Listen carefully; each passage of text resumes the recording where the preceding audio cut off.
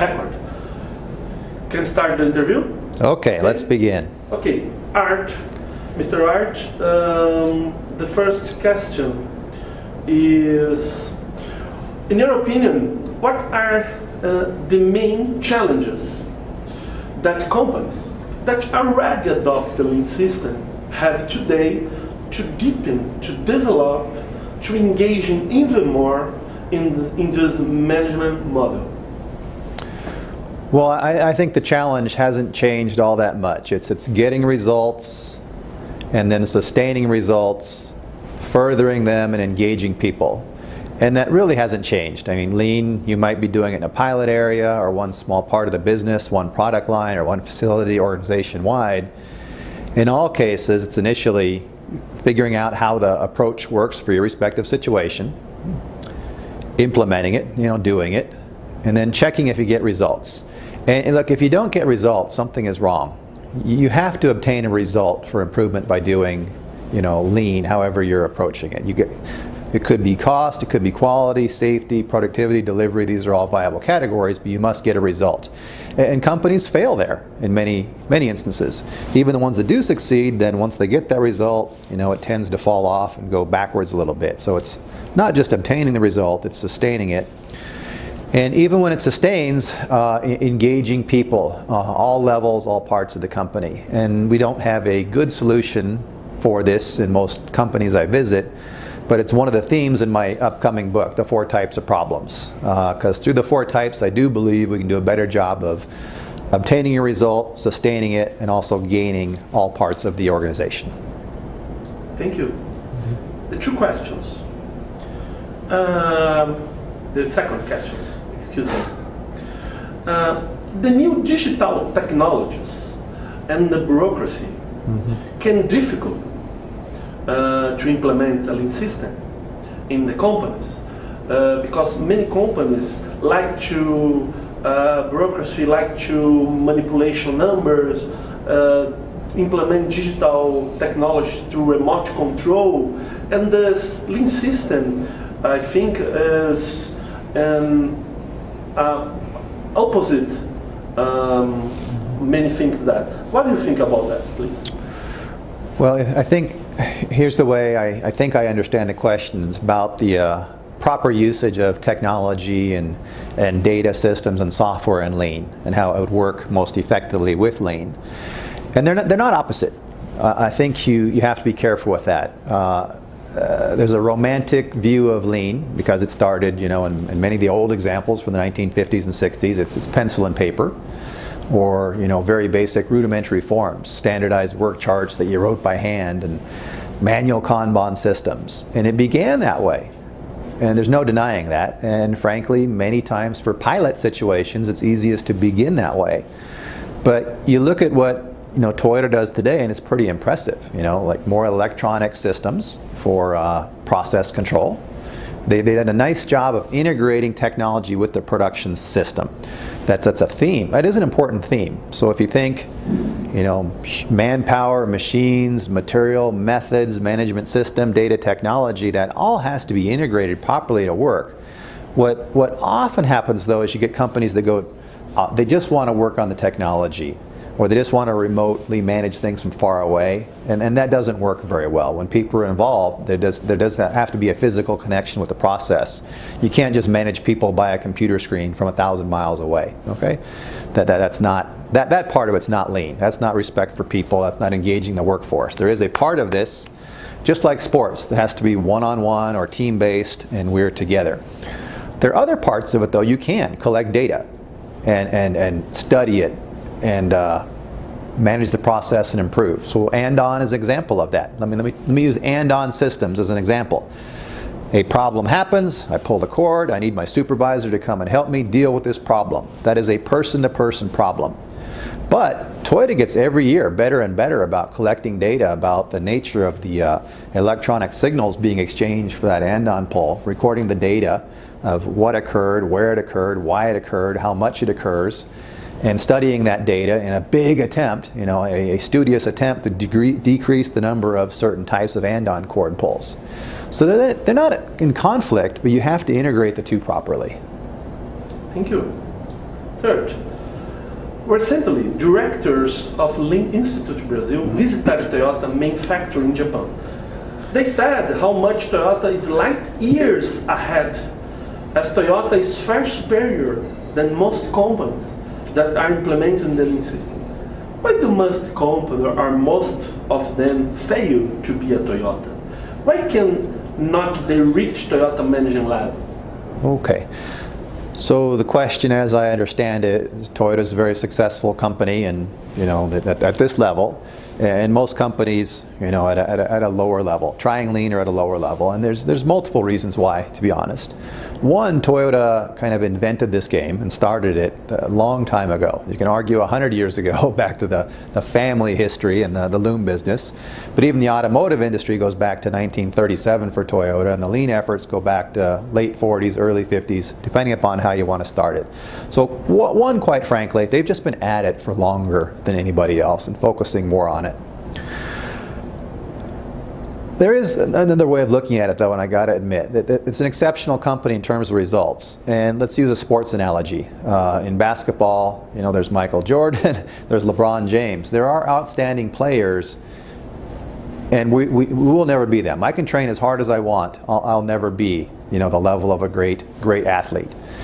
But I can still improve, and that's what I want you to think about.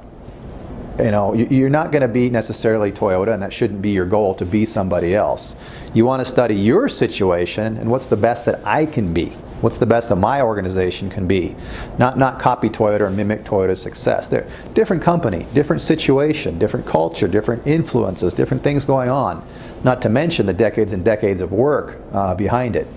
Look more about your own situation. Say, well, the question is, how can I be better? How can my organization, my team be better? And not worry so much about other companies. Don't compare yourself to Toyota. Same way, I can't compare myself to Michael Jordan or LeBron James. It's like, if I wanted to play basketball, how can I be better next year? How can I be better, stronger, faster, etc.? That's the way you should look at this. Okay. Can I do two questions more? Two questions? Okay, we can try. About A3. A3 thinking, about yes. A3? Yes? Yeah. Okay. Recently, I visited a company here in Brazil that is already at a good level of Lean system implementation. And I asked them about the A3. They told me that A3 is already part of their day life, but that many have worked still see the A3 as a punishment, as an overwork.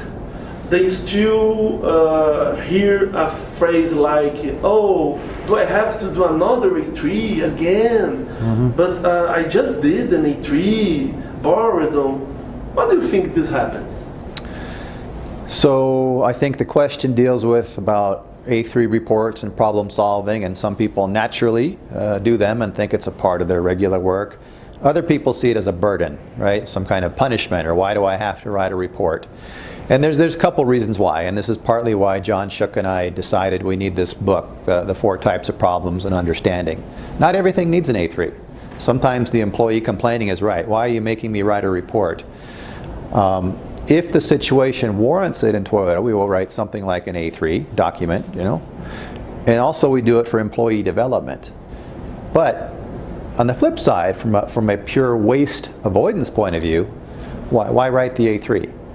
If you can solve the problem and develop the person without the A3, you have to think about the benefits of that as well.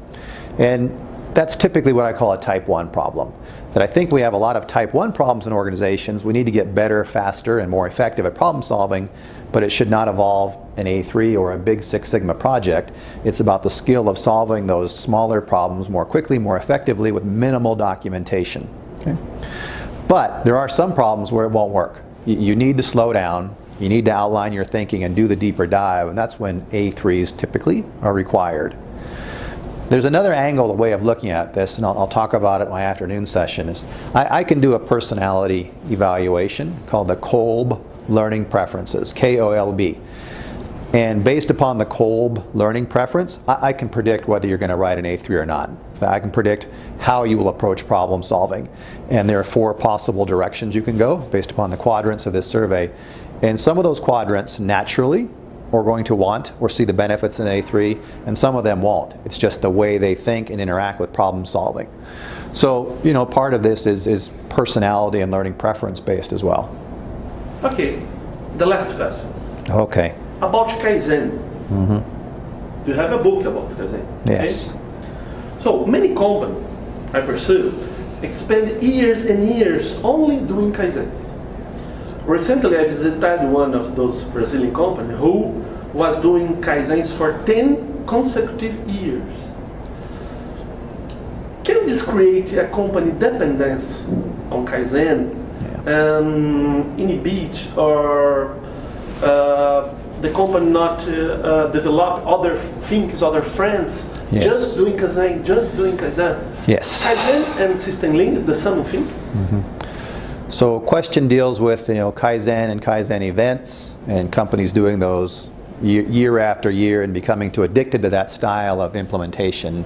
And this is again another reason why John and I wrote this book about the 4 types of problems. Because I think you have to have approaches for what I call type 1, type 2, type 3, and type 4. Kaizen events should be a type 3 for the most part. And it's a vehicle that honestly, in Japan, that's what it was developed for, that the type 3s were to solve something particularly to an area and take it to a higher level of performance. But historically, they already had what I'm calling now type 1 and type 2 approaches already there as a base. So if you do Kaizen events and you have that type 1, type 2 system underneath it, that's fine, and they'll get you results and tend to stick better. But in North America, and it sounds like some of what you observe here, is companies want to try the type 3 approach. They like the method of tying the type 3 and solve everything that way. That can be a problem. It works for many situations and many circumstances, but that's not a great way to solve the daily problems or the weekly problems or the ongoing things that need special systems developed to handle those. You need different, what I call a vehicle or style of interaction to get at those problems. So in that sense, I'm saying 4, again, your situation might vary. Having 4 ways to approach problems and implementation in Lean is healthier than just the one way of doing a weekly Kaizen event or monthly Kaizen event as a style. Okay. Mr. Art, this year is birthday of the Lean Institute Brazil. 20 years in Brazil. Can you say a message about that?